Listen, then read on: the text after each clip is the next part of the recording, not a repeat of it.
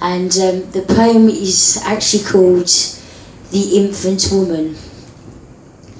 For she looked into the mirror to see what she could foresee, for her body felt indifferent from her normal infant self.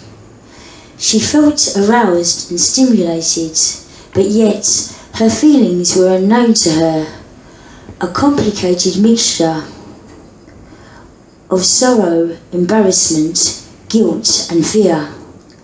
For she looked into the mirror to satisfy her curiosity, to see what she could foresee. Her eyes were dilated and enlarged lighter brown. Her skin was radiant and shone.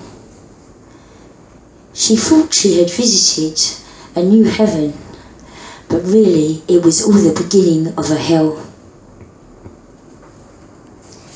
The next poem is a poem based on domestic violence, and it's called It Wasn't, It Was.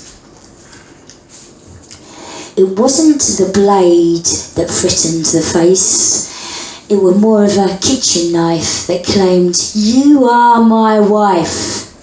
It wasn't a pool cue that suddenly lost its cool, it was more of a snooker cue. It wasn't the kitchen tap that said, "I'll scold your hand if you don't choose to understand." It wasn't the kitchen tap.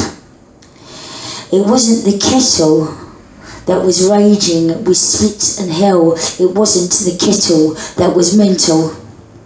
It wasn't the corner of the radiator's edge that said, "I'll cut open the skin upon your very head."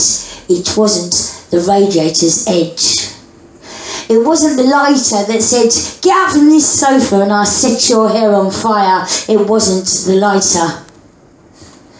It wasn't a Durex that in the middle of the night, without my very consent, decided it wanted to have sex. It wasn't a fucking Durex, was it?